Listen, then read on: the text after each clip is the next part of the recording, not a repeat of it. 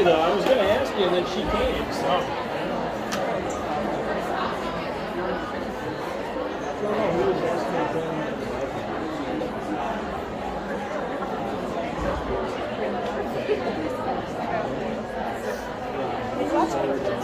I do that.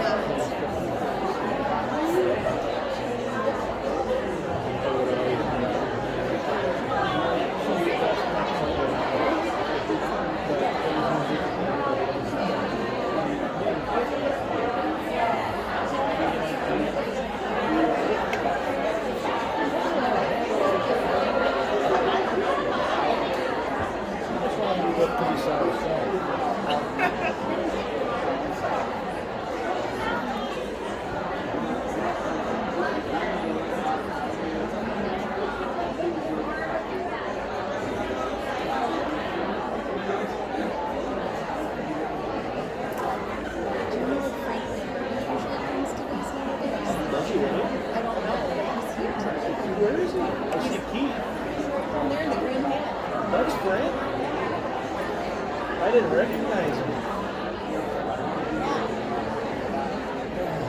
Well, I just said, hey, how are ya?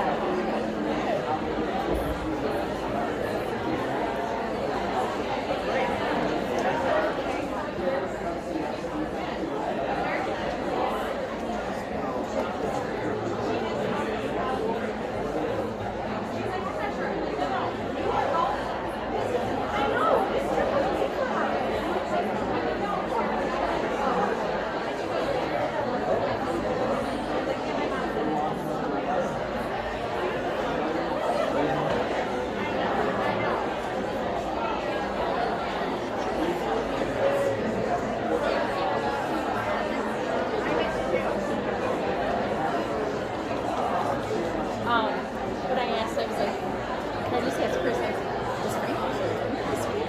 She goes, I don't know. Does he? Like, I don't know. So then I'm like, maybe Howard will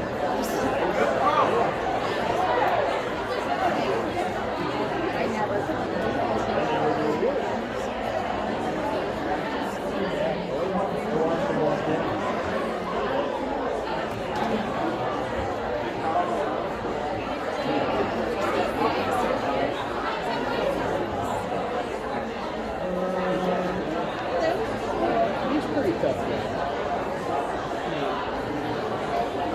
So are you? You're ski floor. I can patch you up. And what? I can patch you up. The war is here. It's wonderful. It's really good. Yeah, it's really crazy. Wow, they're really I heard at the last one, Chris would get screened at by some time.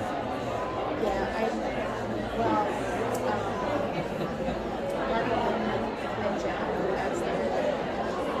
I mean, the crazy was just coming out, and it's like you can't put it back in. But they're like there were two parents yelling at each other. Like, it was there. It was crazy. I should have.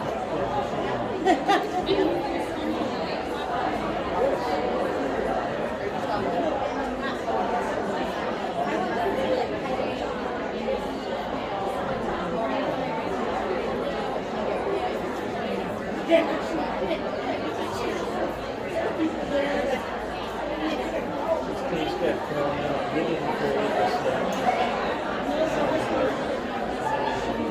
don't know him. I remember when it happened. I didn't know him. But John, like I said,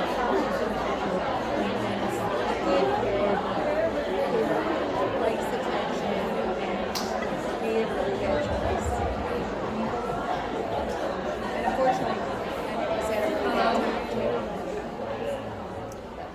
Welcome everyone. If everyone could please try and find a seat.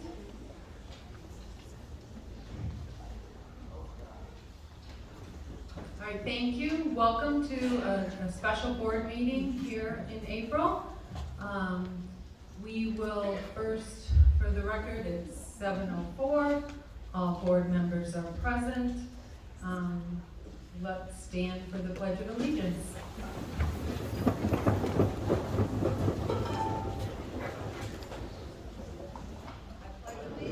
To the flag of the United States of America and to the republic for which it stands, one nation, under God, indivisible, with liberty and justice for all.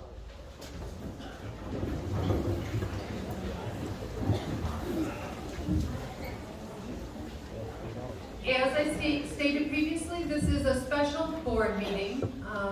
This board meeting is for the purpose of Mike Washburn, who is a consultant hired by the board, to interview staff members to get a feel for what is going right in the district, what needs improvement, and get a feel for the culture in the district. This is a report that he'll be making to the board. Of course, all are here to listen to that report. It is not an evaluation of the board. It is not an evaluation of the superintendent or any of the leadership here. We are simply here. We're not going to, the board is going to listen to the report. We all just received a copy of his written report, and I just sent it electronically to the board members and to Mr. Parker. So at this moment, it's still a public meeting, so there is an opportunity for audience participation.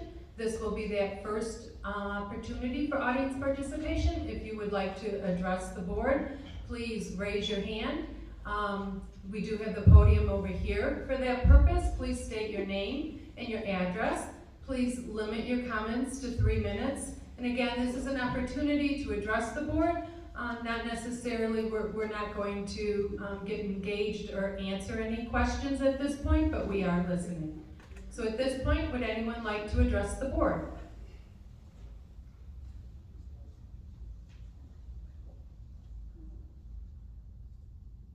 Okay, we will move on then to our first item on the agenda, which is a presentation from Dr. Mike Washburn. Mr. Washburn, you can make your way. We do have a table over here with a microphone and water for you. As he's making his way over, I'd like to thank everybody that took the time to contact Mike. He made numerous time. Originally, he was only going to spend 2 days, but the response was so great. He added, I think, 3 additional more days, and people emailed and spoke to him. So the board would like to thank everyone for having the courage to speak up and share your thoughts and information regarding the district to him. I personally received a couple comments that said that Mike was really easy to speak with, and we'd like to thank you and Mike. So, Mike, the table is yours. Thank you. Well, it's a pleasure being here, not necessarily for this purpose, but it brings back a lot of memories. My first fishing experience with my dad was when I was 6 years old, and we were on the breakwall where the Bear River, comes in. And I had a telescope pole, I remember, and we were catching perch. And he wrapped my line around the reel because he thought, I should be able to bring him up quicker. And I was bringing one in, and all of a sudden my line just started zooming toward Wisconsin. And it broke, but I was able to tell a lot of great stories after that. Also, had a chance. I fished a lot in the Bear River with my twin sons when they were growing up, and got to know some of the locals that way. So it's been a lifelong opportunity for me to be in Petoskey. I am a retired superintendent. I served for 27 years, starting in Garden City, Michigan, going from there to Boulder, Colorado, and from there to Forest Hills, which is on the east side of Grand Rapids. And I did that for 27 years, and I retired from Forest Hills in 2006.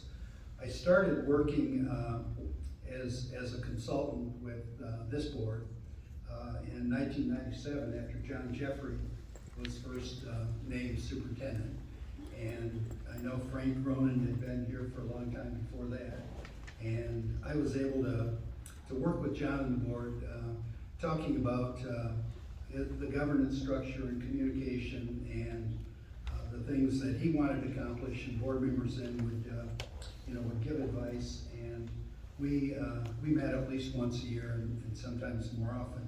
When he retired, then John Skolton took over that job, and I continued to work with the board through John's tenure. I did meet with Chris Parker after he became superintendent. We talked, but I've not been back in the district since that time. And as I shared with Mary, the only current staff member that I do know is Cal Prince, principal, because I worked with him. He was a teacher in Forest Hills when I was there. On February 24th, I got a call from Mary, and she said, you still do consulting? And I said, yeah, what do you have in mind? And she said, well, I said, I do have a contract with Sharon. I'll address this to the board, but I kind of want to look that way a little bit too. She indicated to me that there had been, she said, what do you know what's going on? And I said, really all I know is what I read about the band issue and an administrator on leave. I said, really not anything else, and I don't know any of the people. She then called Jeff Krause at Sharon, because that's who I work for, and asked if I could come in and do some listening and try to give the board a third-party point of view as to what I was hearing. She wanted it focused on staff and not on the entire community, and made it very clear that she didn't want to bias me in any way. She didn't want the board to be interviewed because they wanted me to go in and meet with staff and just have an open mind that way.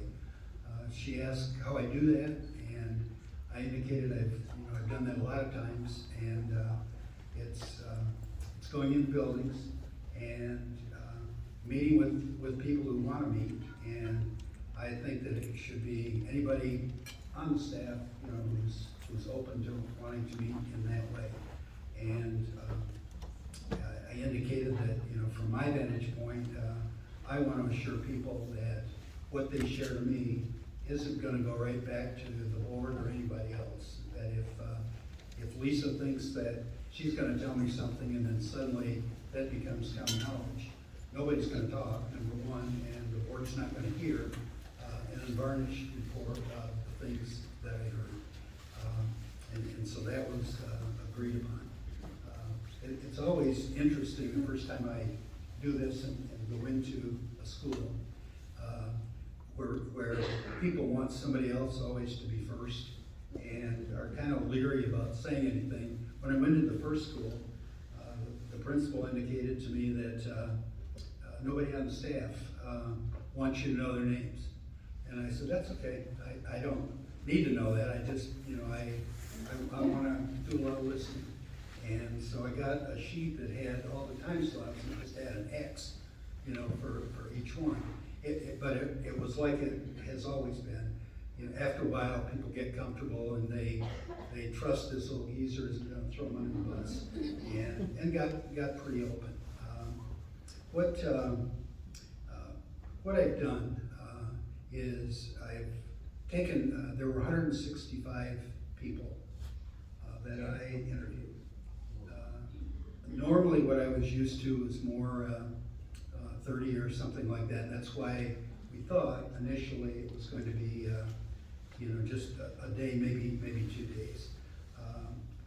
I met one-on-one. I did it several ways. Individuals, I went to every building.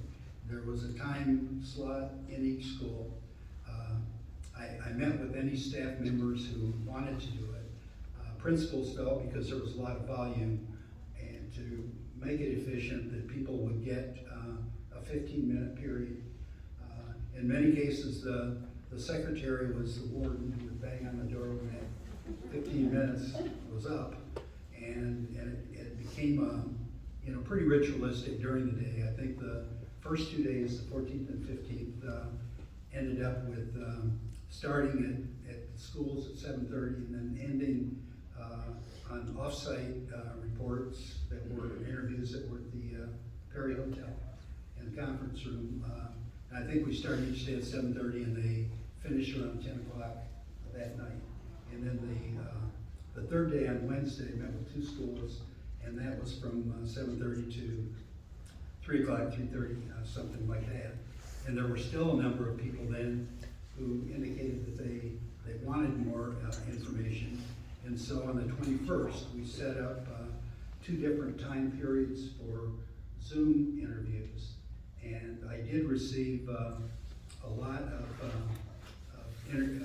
information from staff members, either whom I met with and that 15 minutes cut them too short, or they just wanted to share information. And so I got a lot of data that way again.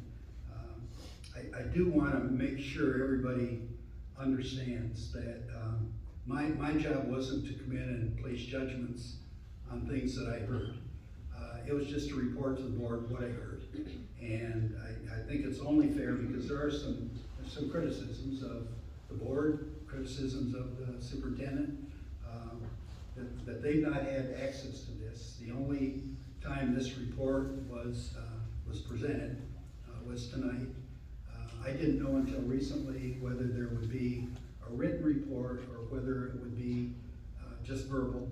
And when I learned that it needed to be a written report, I had promised Superintendent Parker that anything that I sent that would be attributed to him, that I want to make sure it was accurate, he was comfortable with that, and I'll talk about that, in a little bit. But until recently, I wasn't sure just how this report was going to be, and I want to make sure that everybody understands that Chris has not had a copy of this until right now when the board got it, and the board has not had a copy of it until right now when it was released. Ultimately, this will be a public document because you're in a public board meeting. I've been really careful to not violate what I promised you I wouldn't. I've not named names, and some of you asked me, please don't use this example because it'll be clear who said it. I've respected that. I've gone through it in lots of detail so that while I don't like this, I'm comfortable that everything that I do share with you is what I heard. I'm not saying it's factual because I don't know. It's not fair to condemn the board or the superintendent based upon this because they haven't seen any of that. I've broken it down so that I've channeled it through the different school configurations. I've got one report from the high school.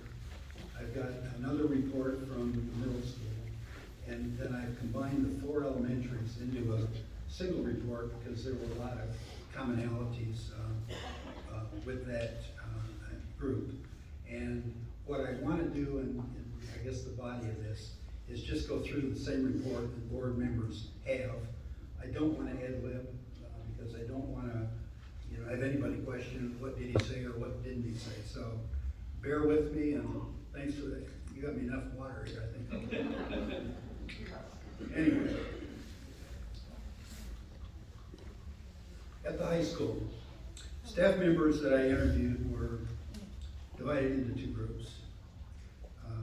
And that was in regard to their perception of culture in both the district and the high school.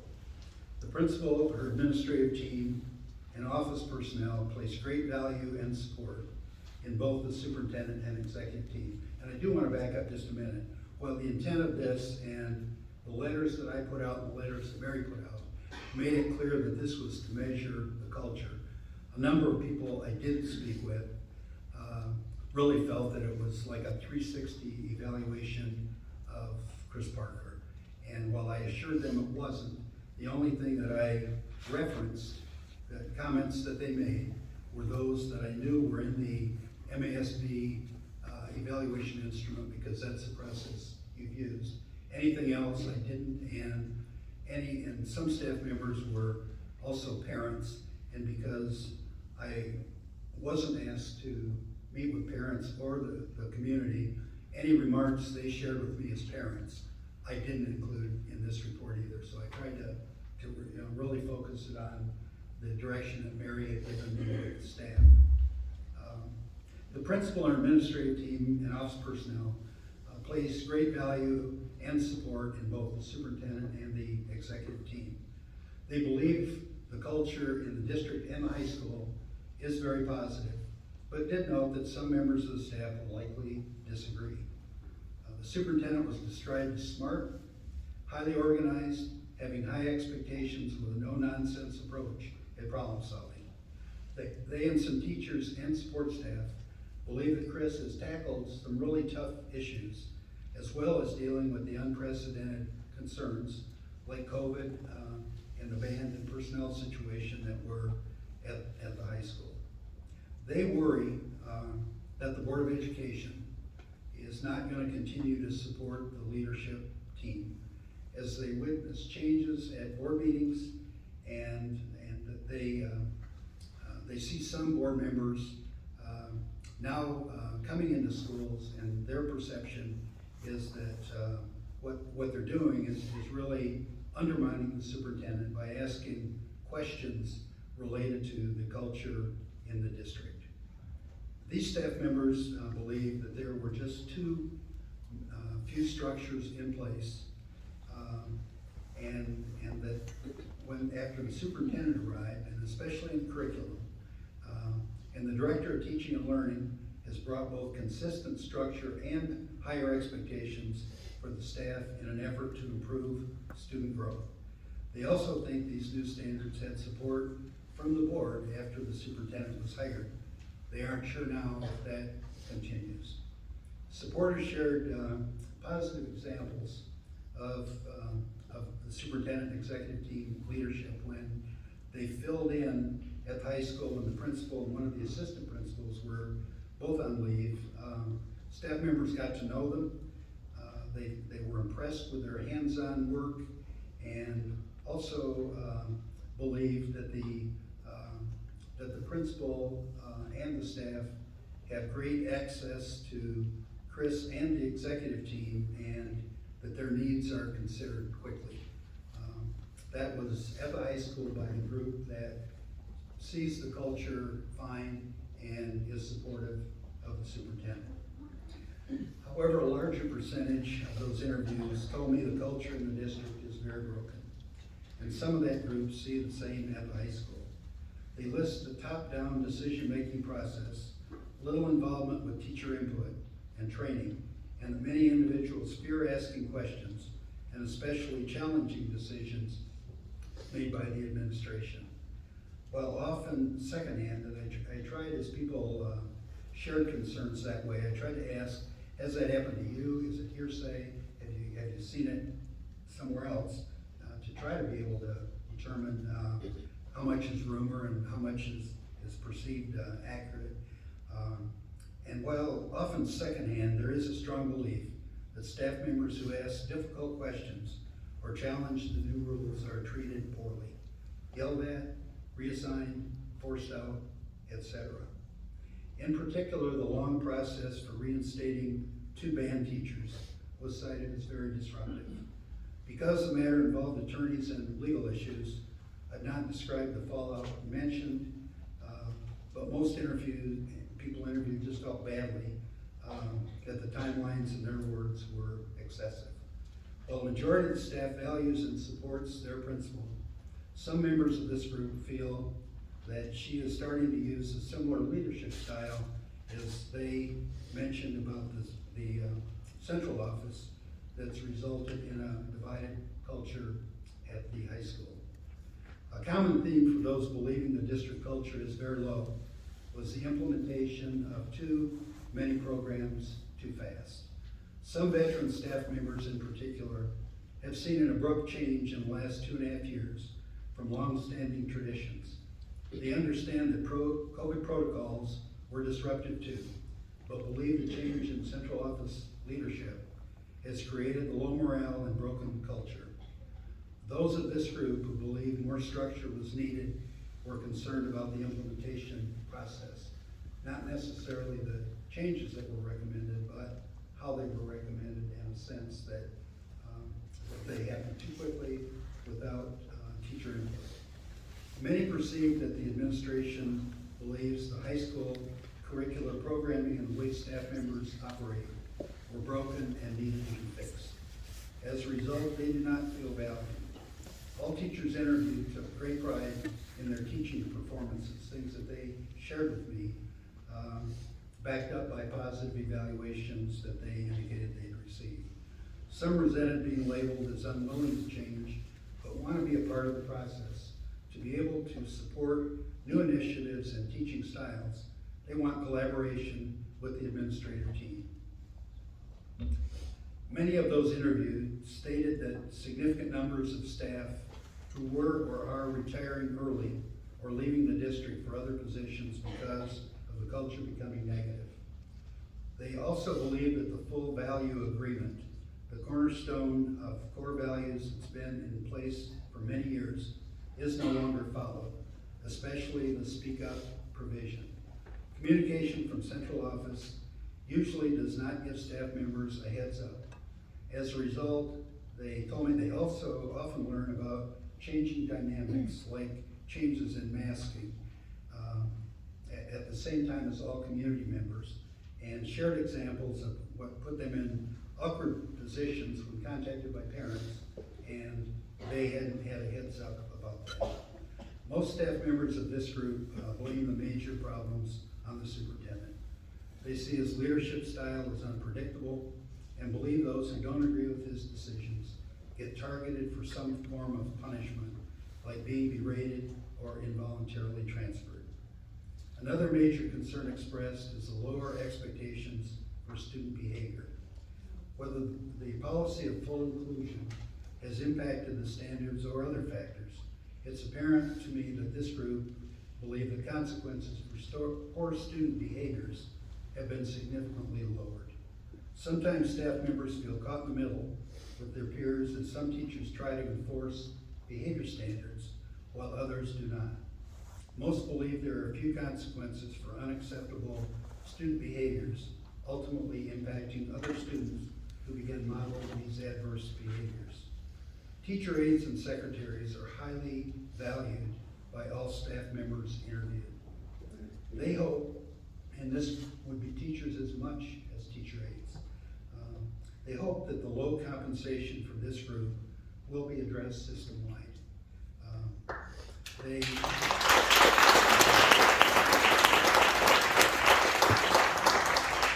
It was also noted that many aides are used as substitute in different areas, and well, they understand that part of that is just the difficulty in getting substitutes.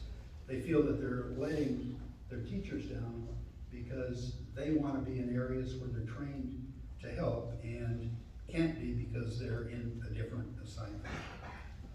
Staff members in this group are really hopeful that the board will hear their voices and direct some needed changes. To many, the board is seen as a problem also.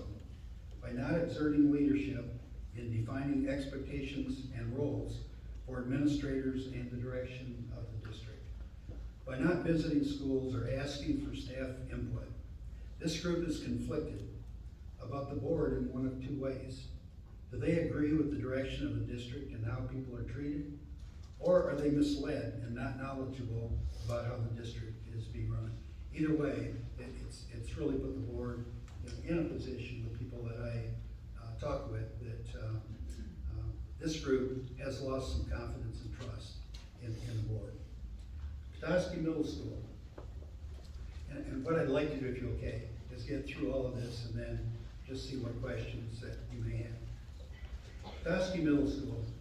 Universally, the principal, teachers, and support staff love the culture in the middle school. They consider themselves as a family and on an island compared to how they perceive the district culture. They're proud of how they all pulled together during the pandemic and believe the superintendent did a great job in managing so many uncertainties with the pandemic. Chris, I heard that from every group. Staff members who participated are very torn on district culture. A few are great supporters of the superintendent and executive team and believe that more structure has been needed for a long time. As they characterize low morale, they cite veteran staff members as being resistant to changes, and they admire Chris for taking on tough issues that were largely ignored before he became superintendent. They perceive and worry that the Board of Education, who selected the superintendent and supported his vision, are now turning against him because of criticisms from the public and some loud staff members. A large majority of participants, and again I'll quantify that later, do believe that low morale and a declining district culture have resulted in the past 2.5 years with the change in administration. They were excited when Superintendent Parker was hired, especially because his credentials made them believe that a whole child philosophy would more emerge. They expected a greater balance between academic rigor and emotional and physical health needs of children. Most staff members liked the beginning of the new leadership.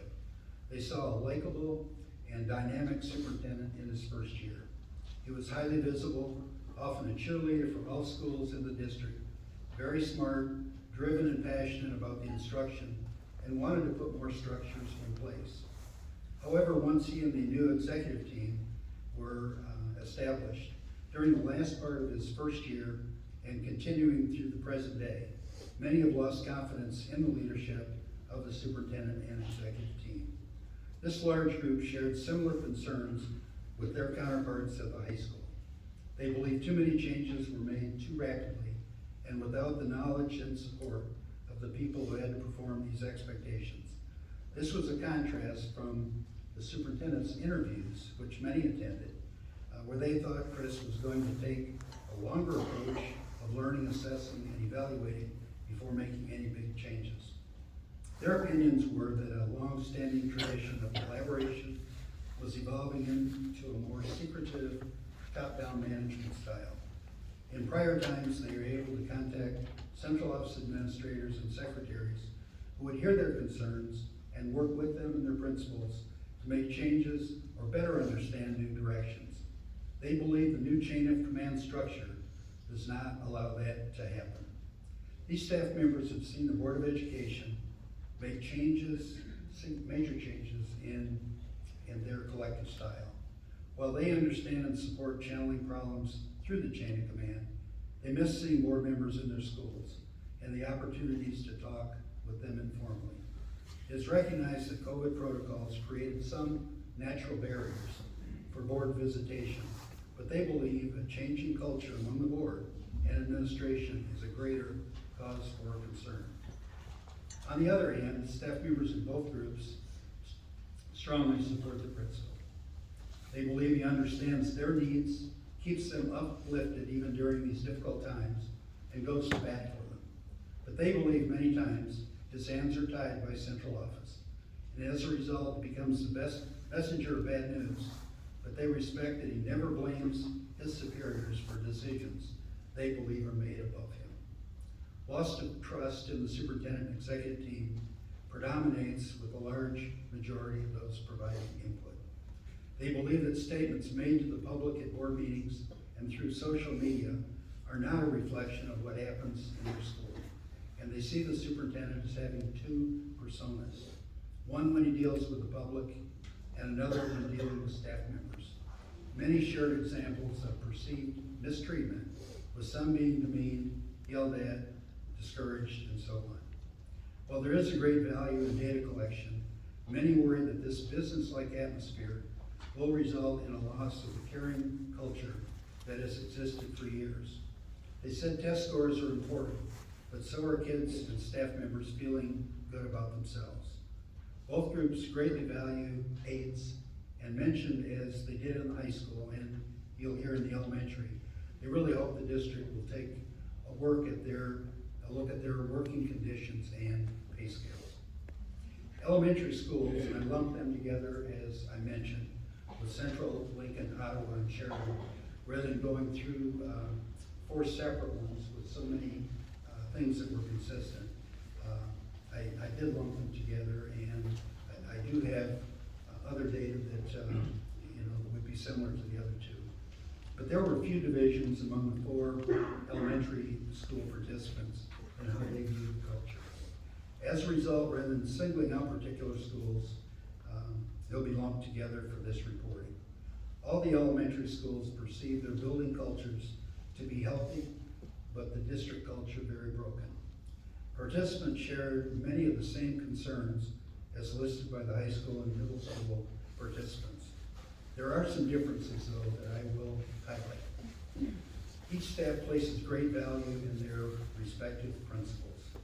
While one staff currently has an interim principal, they all feel each building culture is family-like. Principals, teachers, and support staff value each other and do everything they can to help one another. When challenges emerge, they circle the wagons and do everything possible to support unity.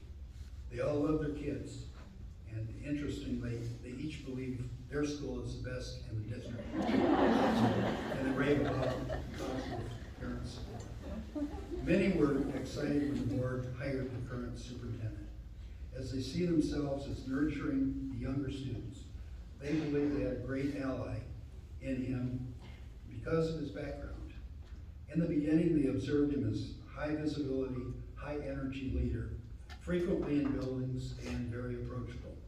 And soon the COVID pandemic struck and a new reality emerged. Chris took immediate control of uncharted way schools had to be run. Unlike some neighboring districts, staff members felt valued, supported, and their safety along with their students was at the top of the pinnacle. Communication was outstanding about COVID decisions, and they all felt safe in an unsafe world. However, as the first year wore on and the second year began, they saw less and less of the superintendent they had imagined. Many told me the central office was dismantled, and a totally new administrative team emerged, along with new support staff members in central office. And they felt they were losing those that they'd been able to rely on in the past. While they believed at the beginning of the new regime that Petoskey schools were highly valued by central office, they soon began to believe that actions, not words, showed them that they were perceived as broken and needed to be fixed by the new team. A quick example was the addition of the Director of Special Education, who brought in a total change in philosophy, moving the schools to full inclusion. Many felt blindsided and not equipped to deal with high-needs special education students, now immersed in their classrooms. When they tried to get help in both understanding and training from central office, the answer became, follow the chain of command, do your jobs, this approach is best for kids, the research says that. It was perceived as a totally top-down decision. They weren't sure if the mandate came from the new director or from the superintendent. While teachers did their best to positively make this change work, they were not prepared to deal with students who were physical with them and sometimes destructive in their behaviors. Each staff shared different examples. Descriptions of problems including single students daily hitting staff members, throwing chairs in the classroom, yelling and loud profanity. Some teachers and aides are afraid and believe students in other classrooms become fearful when they witness this behavior. Clearing entire classrooms has happened a number of times. While the staffs are very receptive to full inclusion, they believe it doesn't work with all kids. Attempts to get help seem thwarted, and the end result is a lowering of morale, even among staffs who love their school and colleagues. Attempts to get help from the office are not fruitful. Teachers believe the principal's hands are tied by central office. An example was shared that sometimes principals had to sit outside the classroom doors to help, knowing that major eruptions were going to happen, and they didn't think that was a good use of their time. Classroom teachers worry that they aren't trained to help very needy students. They're also frustrated that general education students in their classes are being shortchanged with instruction and attention. Special ed teachers told me that they have seen children who were very effective in specialized rooms now moving backwards in both their performance and behavior. Another impact is the worsening behavior by general education students who had not had discipline problems before. Teachers and aides believe this is a result of them seeing bad behavior that results in few or no consequences. Then they do the same things. Staff members feel badly for the principals and the disproportionate amount of time they now have to spend with discipline issues. Aides and parapros share frustrations too. Most feel little value toward them outside of their schools. While they have job descriptions, many times they're forced to do different jobs, usually with little notice. They've identified a lack of substitutes as being part of the problem, but they don't believe their needs are understood externally. Teachers and support staff members alike are worried that seasoned aides have and will continue to leave. While the group has no representation, many examples were shared about the pay scale. Regardless of their classifications, even those holding teacher credentials, they told me, are paid the same. Whether a person has worked in the district for 20 years or is a brand new hire, they all make the same hourly wage. Several shared examples of individuals who love their jobs but leaving the district because they couldn't support themselves economically. It was even stated that local fast food restaurants pay a higher salary than theirs. They hope the board and administration will review their status and help in their future. A second major concern shared by the group dealt with curriculum changes. They shared many examples of new instruction programs being forced upon them with little knowledge, no input, and haphazard training. A significant perception by those interviewed expressed their beliefs that science and social studies can no longer be taught by classroom teachers. The rationale they were told was that these subjects are taught in a new reading program and therefore would be duplicated if taught separately. Specialists in those two areas do not believe that the content is nearly the same, and they predict future test results will demonstrate that. Concerns were raised about the new reading curriculum and frustrations that phonics, writing, and handwriting were no longer a part of their teaching practices, and they provided many examples. I will say, and this isn't in the report because I didn't put in examples by the executive team, but when I met with Carla, and this was even before all this started, she provided me with lots and lots of examples, many in written form, of things that they had put out and had produced and really believed were being implemented in that way. So the board should know that when this issue comes up, for example, and I haven't raised anything from the executive team, again, as I mentioned, this is all new news. You're all getting it at the same time, and I'm sure once Chris and the executive team have been able to digest this, that they're going to have information that will come from them, and the board needs to hear that as well. Many comments were made about the elimination of committees that previously allowed them to interact with central office members and the superintendent. And they provided examples of the prior 4-on-4 group. You'll probably know what that was. And also the current usage of PLCs. They listed those, and again, I don't have knowledge or expertise in that, so I'm just stating what they told me. A third major concern from participants who believe the district's culture has been greatly damaged is a no retention directive aimed at kindergarten students. While the goal has always been to move students to the first grade, there have been exceptions made when the classroom teacher and parents are in agreement. Staff members told me examples where the teacher and parents wanted to hold the child back for solid reasons they thought, but the requests were always denied. When asked for the process to request retention, they explained a burdensome process for parents wanting their children retained, but did not know of any who had been granted the exception.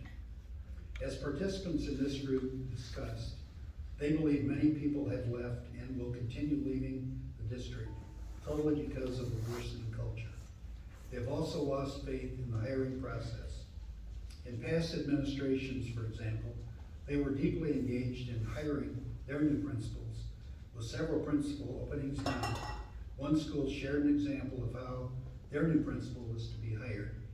That then was shared with the staff, got around to other buildings. So, true or not true, it has become a perception. What they indicated is that their former principal had taken a medical leave and was replaced by an interim principal. Staff members liked both and felt encouraged that they would be involved in the interview process for another interim principal, then later a permanent principal when that happened. They became quickly discouraged when only one candidate was presented for interviews, and questions they had helped draft were changed shortly before the interview. These committee members, and soon all the staff, after they reported back to them, believed that a decision had already been reached by the superintendent and executive team, and they were being used as a prop, a way to tell parents that the staff was involved in the selection when they believed they clearly were not. Confidence was also lost when the interim tag had been eliminated and their new principal would be permanent.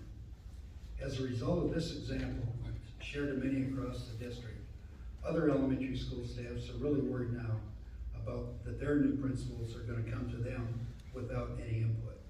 A common perception among elementary participants in this process is that central office administrators decide who will be hired and line up people with similar leadership styles of their own, which if accurate will result in even more problems and cultural negativity. While large majorities of elementary participants have lost confidence and trust in the superintendent and executive team, they also have great concerns about the Board of Education. In the past, board members frequently visited their schools and often volunteered as parents. While teachers didn't believe they crossed the line between teachers and the board, they enjoyed a healthy relationship without feeling consequences from their superiors. Now the board is perceived to be in the same boat with the superintendent. Some think the board members have been directed by the superintendent to not visit schools, talk with them or their principals. Others believe the board and superintendent are linked together in their common mission of fixing them. And still others think board members have not been told the truth.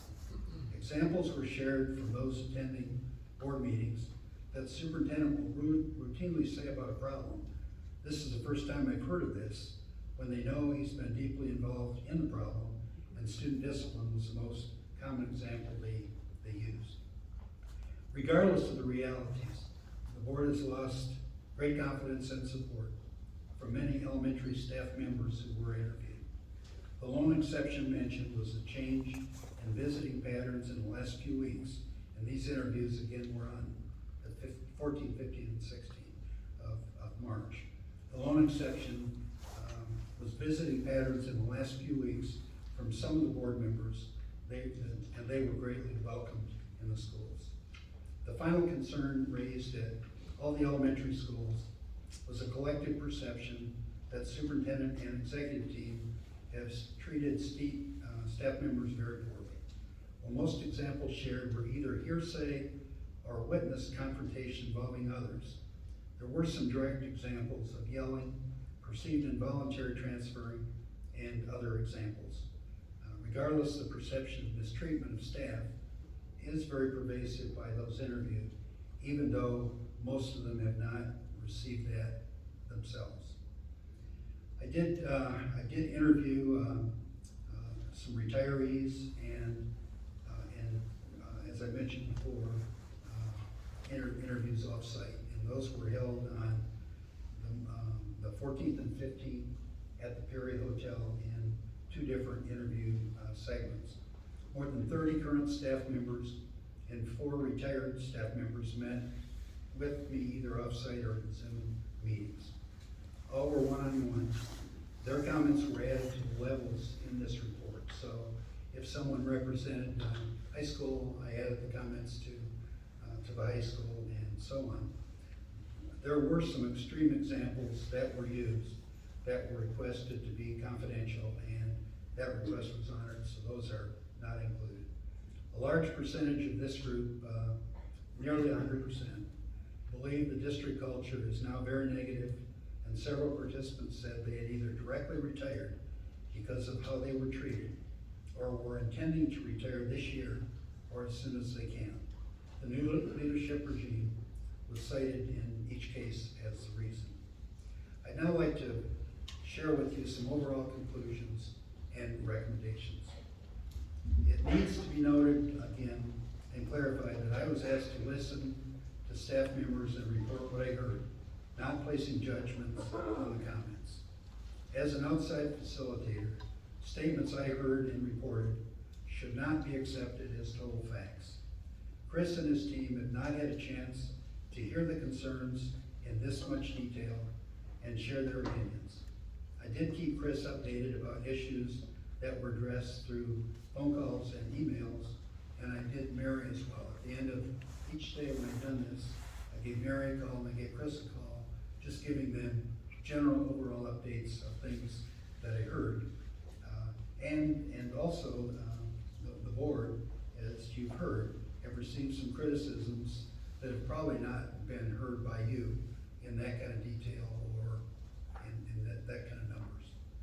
The original request of helping get a third-party independent point of view in the district was far more expansive than thought. As I have the perspective of working with Petoskey schools for more than 20 years, with the exception of last 3, it's obvious there is a significant stress among most staff members interviewed. I think some is probably due to the pandemic and the time of year as well. Many districts are experiencing disruptions at board meetings, while record numbers of administrators and teachers are retiring or leaving the profession. That's not just here, that's everywhere. The period between Christmas holidays and spring break is usually a tough time for staff and parents and students. And I do want to note that 116 staff members were not interviewed, and did not participate. So of the total number that I interviewed and the comments that I made were reflective of, I think 59% of the total staff, 41% of the staff were not included in this. Well, I facilitated evaluations with the two former superintendents. I've not done that with Chris. Since I didn't interview board members in this assignment, I don't know collectively what you've done with governance or how your board policies and administrative guidelines have applied. I haven't read the evaluations, but I have heard that the first 2 years presented highly effective ratings for Chris, and that his contract was extended for 2 additional years. I do believe from working in more than 75 Michigan school districts that the board and superintendent have to be in sync with their working conditions and expectations. There may now be a wide gap based upon the perceptions that were shared by the participants. I don't know.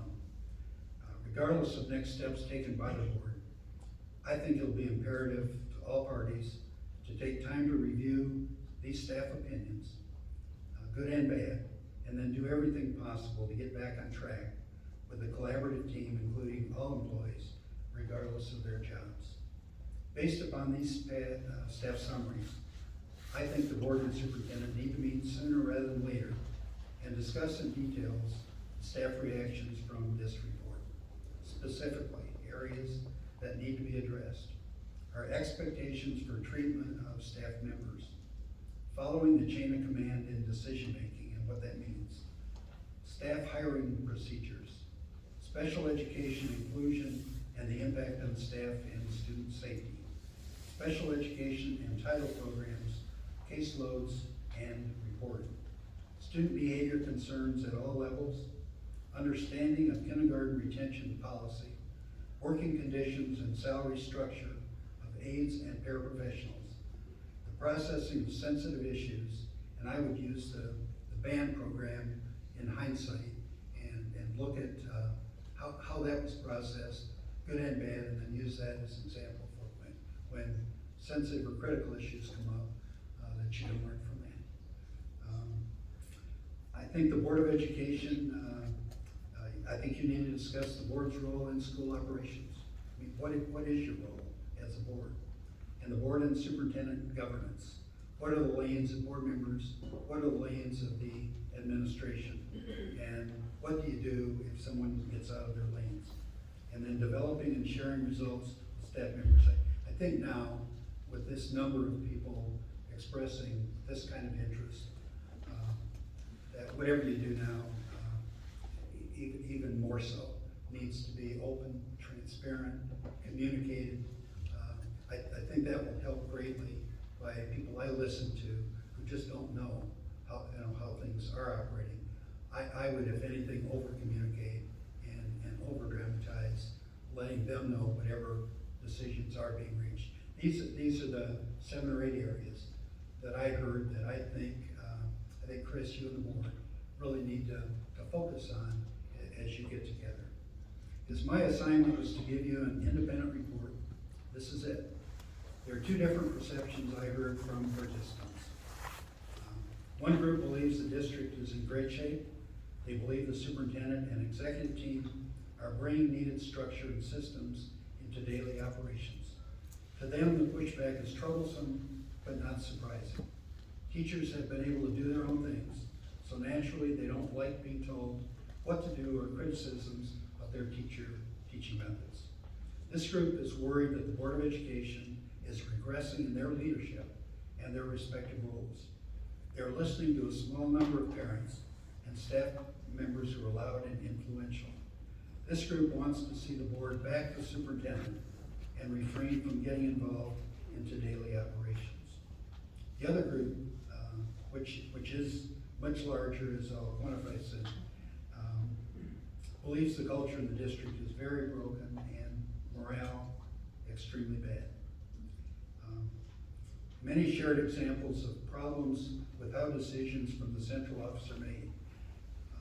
I heard a lot of we and they, and when I asked who's the we, who's the they, the we was being their respective schools, including their principals. The they was the central office. And their major concerns are, and I've listed them, but I want to highlight them separately too. They're really concerned about student discipline. They're concerned about communication from central office to staff, and really want to make sure when there is something communicated, that the teachers and principals and support staff can get a heads up before it just goes to the general public, because they feel awkward when they haven't read an email that may come out on a Friday, but parents call them and ask about it, and they feel embarrassed because they don't know it. Just a common courtesy that would highlight that. I think easy to fix. I think the elementaries in particular, and some at the middle school and high school, I think that they're really concerned about the special education, full inclusion changes. Not that they disagree with it, but they just feel ill-equipped to deal with high needs kids that can be physical. They are concerned about how people are treated by central office administrators, and I think in most cases it's not firsthand, but if perception is reality, then it's pervasive that way, even though it hasn't happened to most of the people I talk to.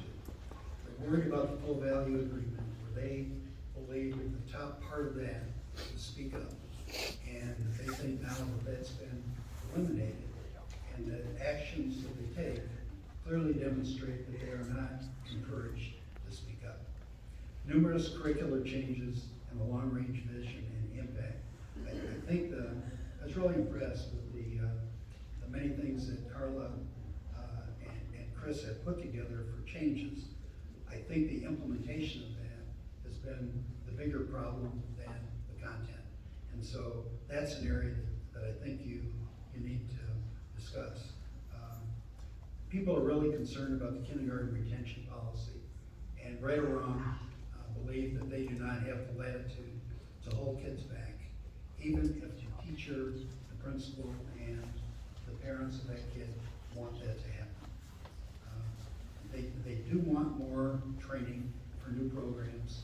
Some of them indicated that it's hard for them in the summer because they're working other jobs, and really want to have all of you put yourselves in their shoes as teachers, knowing what their times are and their vacation schedules are, and try to schedule as much as you can training for them that will be workable for their needs.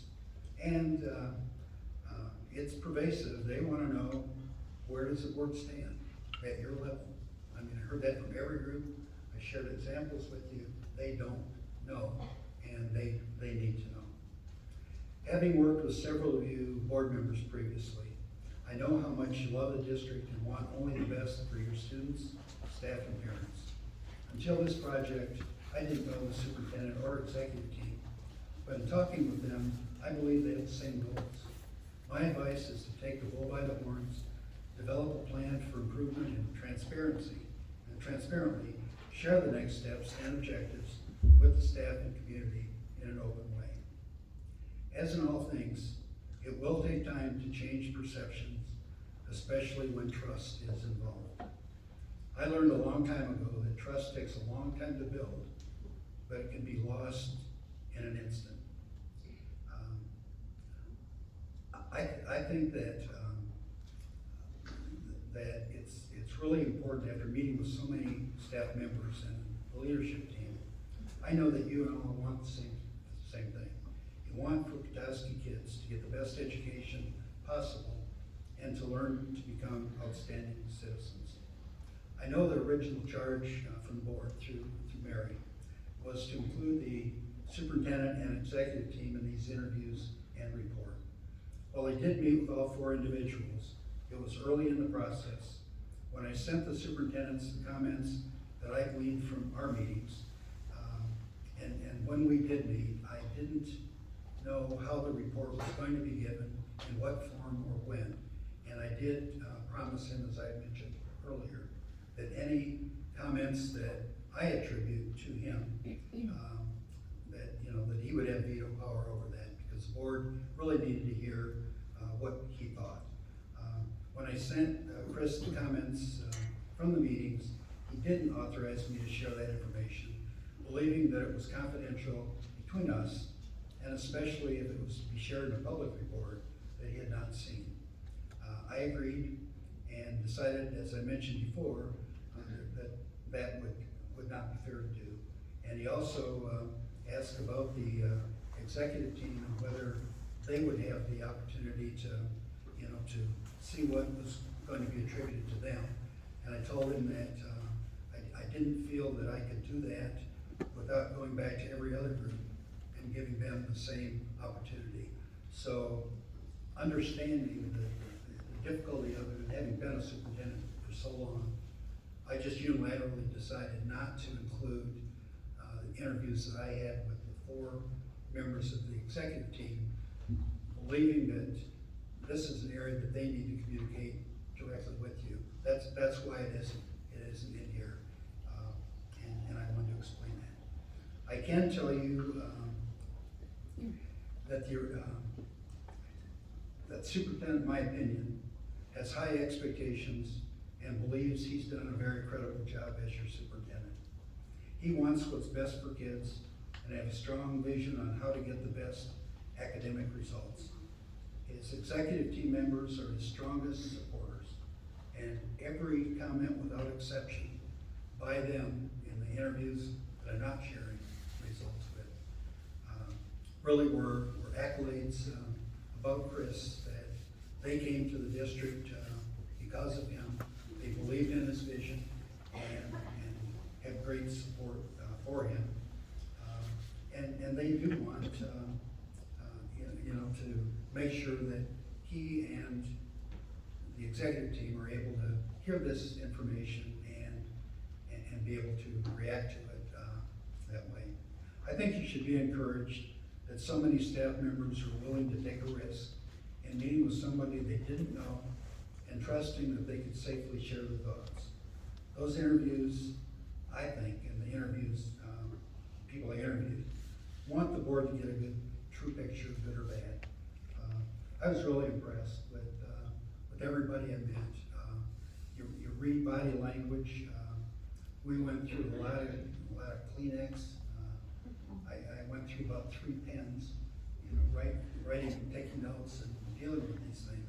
I didn't think anybody came in with an axe to grind. I felt they were open, honest, and shared good things that they liked and areas that they are concerned about. I think they trusted that the board would get an unvarnished opinion of what I heard. And believe me, this is that. Well, I deliberately left out percentages of those believing the culture is fine and those telling me the opposite. And I double counted all 165 individuals who either met with me, sent me emails, called me, texted me, and I double counted that. And right now, the people who are comfortable with the direction of the district has resulted in 10% of the people I talk with, and 90% believe the culture is broken. This really completes my report. I'll be happy to answer any questions from the board and also provide any additional assistance required. I also would agree to meet with the superintendent and executive team at any time to provide insight and assistance from my 27 years as a superintendent and more than 20 years here in Petoskey. As I shared with Chris, and I'm not sure that he believes that now, my goal is always to help superintendents succeed. And I've got a strong track record of doing that in the Sharing Consulting over the last 20 plus years. As an annual legal requirement directs the board to evaluate the superintendent, I will not be involved as earlier requested. That was one thing Mary first asked me. You did the evaluations, facilitated for John Jeffrey and John Skolton. Is that something that you would consider doing again?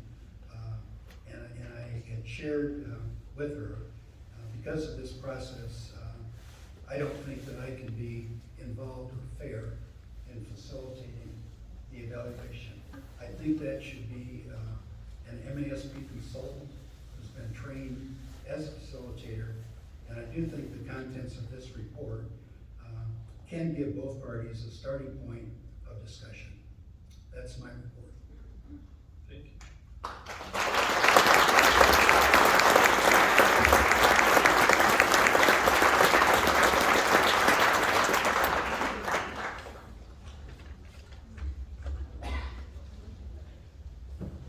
Hard to give, hard to hear. Do you have any questions? Thank you, Mike. That was a very thorough report. Hard to hear. A lot of parts of it.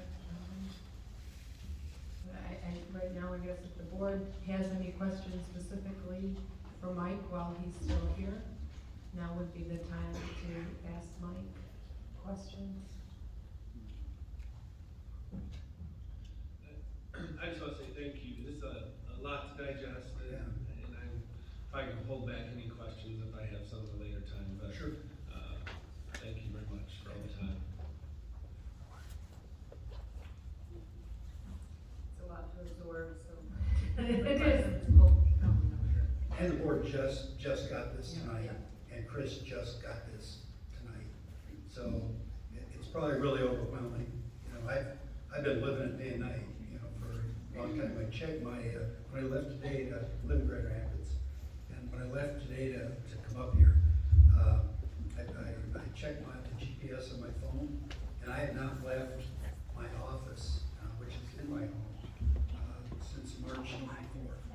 So your spring break, I was trying to be fair with Oh my God, okay. a lot of data, and I didn't want to sensationalize it, and I didn't want to generalize it. I didn't know how to be fair to Chris and to the board, but be accurate in what they told me. So I just took extra time. I'm very comfortable with the content of this. I don't like it, but I feel that it can be justified, with documentation if need be. I've not ever before given a written report when I've done this at the same time. Usually what I do is give a verbal report, see if there are any questions, and then I would ask the board, what kind of report, do you want? In this one, and I think it really came from board meetings, and the very first things that Mary communicated with me, is the board really doesn't know where the staff stands. They hear rumors on both sides, and I think what was expected of me was, rather than doing this and having people say, well, I heard him say this, or I heard him say that. If there is something that's drafted, this way, then you've all got it. And I know it's legally a public document at that point in time. So they didn't know this. It's pretty overwhelming. I can tell you from being a superintendent for that long, it's the hardest job in the world right now, and it's getting harder. There's angst all over the country. People are angry no matter what you do.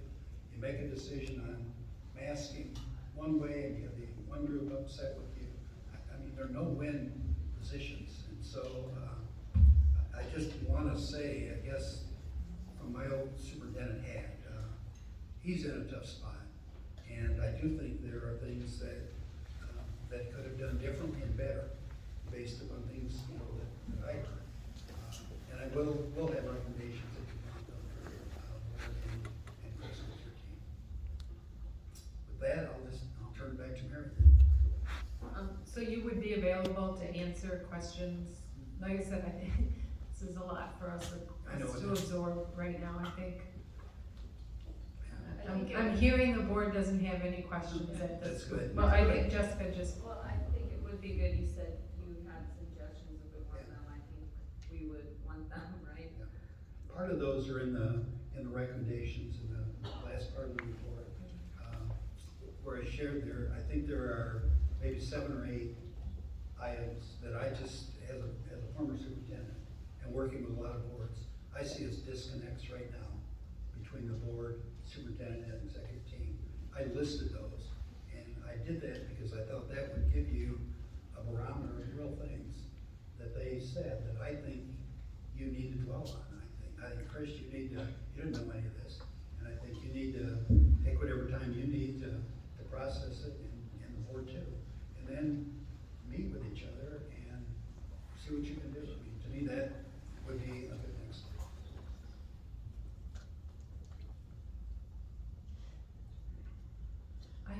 I thank you. When I reached out to you a month ago, I had no idea that this is what it would have involved. I think every one of you who spoke up had the courage to talk to Mike. That's exactly what happened. It initiated. The board was just hearing a lot of different things, did not know what was true, what is the pulse out there, the intent of this. And these interviews was to get a pulse of the district, what is going well, what needs improvement, what's the culture of the district. Obviously, there's a lot of information here for all of us that we just absorbed, and there's a lot of things we're going to need to doing within the board, with leadership, with the staff, and I can tell you we're going to take it seriously. We have our report here. We will need to meet as a board with the superintendent and work through this. I think Mike said it several times, everyone has the same goal, to do what is best for the district, to keep the kids in the forefront, what's best for the kids.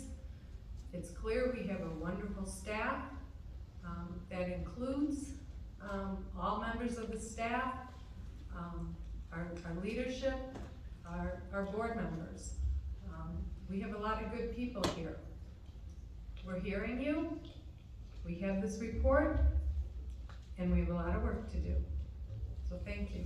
Thank you all. Thank you, Mike. All right, without any more questions specifically for Mike, this is the second opportunity for audience participation. Please raise your hand if anyone would like to address the board.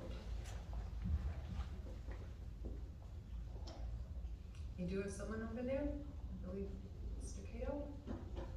Good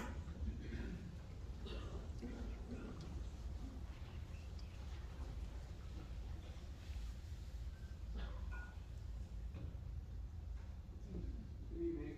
My name is Joel Cato. I live at 717 Stanley Court. Thank you for letting me speak tonight. As difficult as that information is to hear, I think this is a very positive process. I want to, first of all, thank the school board for reaching out to Mr. Washburn to initiate this district climate change process.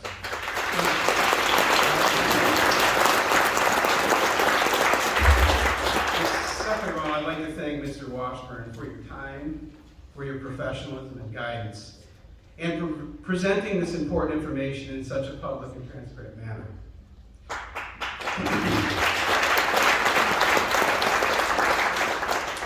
Third, I'd like to thank each and every Petoskey staff, administrator, teacher, and employee for coming forward to speak to Mr. Washburn. That's not an easy thing to do. It's very uncomfortable. It's very challenging, so thank you. Going forward, the challenge for this board will be to carefully review this data and ask some very tough questions. A lot of these questions could or should focus on items that can be found directly in the 2019 through 2025 board goals and strategic plan. When I look at the district vision, it reads, each student and staff member will experience a supportive and growth-oriented environment that will enable them to maximize their own talents, make a positive contribution to our community and the world in which we live. Increase district-wide stakeholder awareness and engagement in the mission of the school district. Install district systems designed to improve student achievement and social and emotional well-being. Fund instructional priorities, maximize academic return on investment, and maintain fiscal responsibility.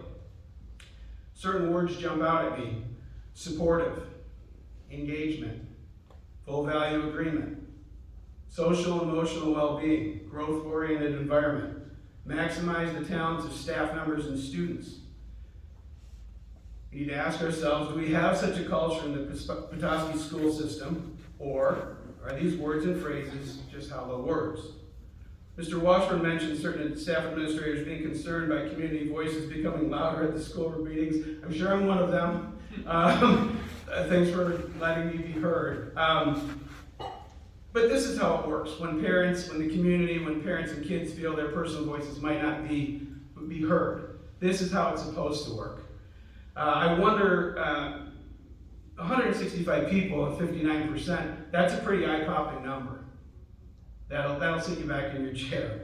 So the school board must use this district climate review as a catalyst and a roadmap for change in the short term. You've got to hit it head on. Effective goal setting and performance evaluation reviews are certainly imperative. The costs associated with a course correction immediately and quickly would pale in comparison to the cost of not taking decisive action. And the board must show managerial courage, act as agents of change. The long-term culture and the health of the district is certainly at stake, and you have plenty of people behind you. Thank you once again.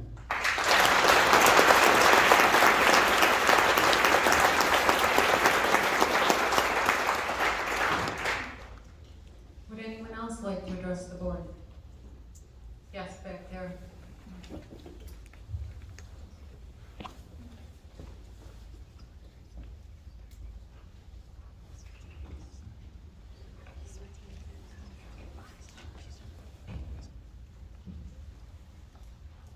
Hello, my name is Colleen Patello.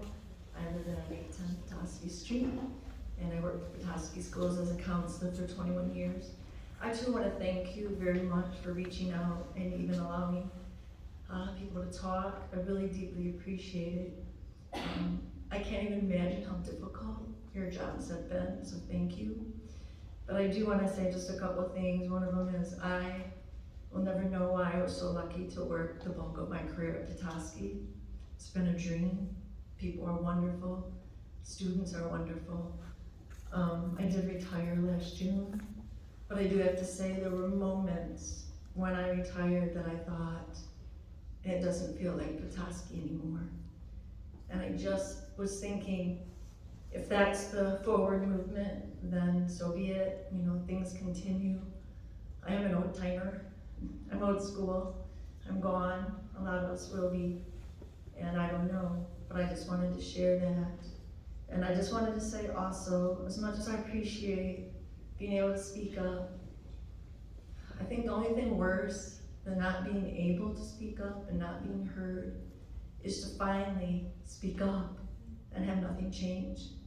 I trust you, you're good people. I've known you a long time, but I did want to say that. That would probably be the one thing that would make morale be even worse than it is. So I just wanted to share that. Thank you again.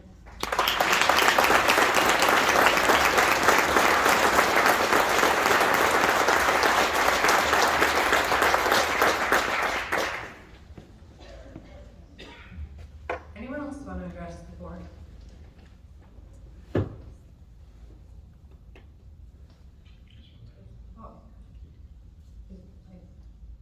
Someone's raising their hand. If someone's raising their hand, please come forward. I don't see the hand.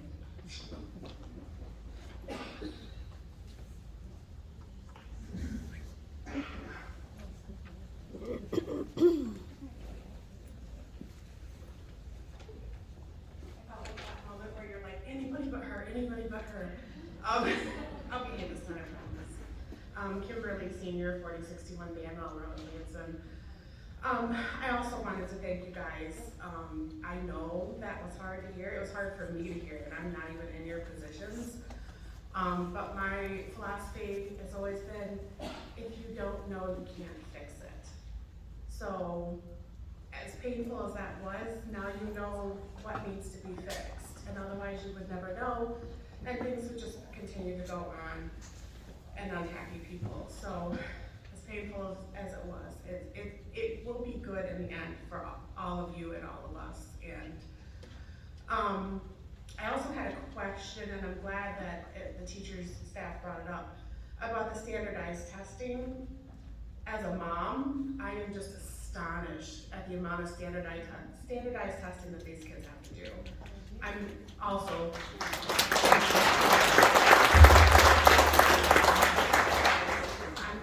older, you know, and looking back at school, we didn't have the kind of standardized testing that they have now. It feels like every time I turn around, there's a new test. And I hate the term standardized testing because there is not a standard student. Each student is different, each student tests different, each student learns different. And if you sit a student who tests really well next to a student who doesn't test very well, but they have the exact same GPA in school, it's gonna look bad for that one student simply because they don't test well. I'm one of those that doesn't test well. I'd much rather, you know, have an oral test or do a diagram or whatever than sit down and do a test because it makes me nervous. So I just have never understood standardized testing because there isn't a standard student. And so I hope that you guys will truly look into that, especially if the kids get stressed out with the number of testing, and especially if it falls like around exam time or whatever. It just is one more thing they have to do. So I really hope you guys will look into that. Thank you.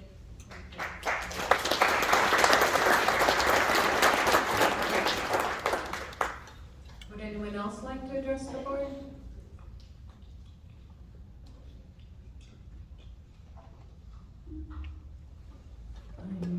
Oh, go ahead.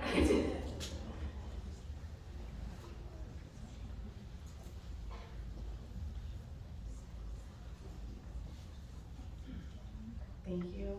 Beth Flynn, 3718 Lorraine Drive, Petoskey. I'm sure, as hard as it was, my heart is racing because it was really hard to hear. 90% to 10%. I'm gonna stop right here and I'm gonna look at all of the teachers and all of the staff. You deserve so much more. So much more. I pray at night, I'm sorry about religion, but I pray at night that you hear what these people who 40 hours a week have my child in their care. Now, I don't know about any of you, but I'm a mom bear. And that means something to me, that they're happy, they're healthy, and they want to be here, and they need your support. And they're not getting it at all. So please, listen to this report, do what you need. I know what I would do if I was in your shoes. 100% know what I would do at this very moment. So I implore you, listen. We're listening, we're watching. Thank you.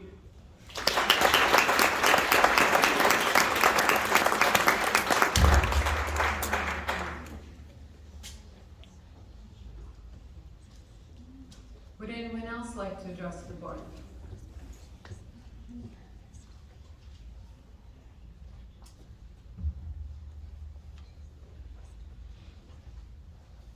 I'm not seeing any other hands. So at this moment, audience participation is closed. I would look for a motion to adjourn. Motion to adjourn. Motion to adjourn.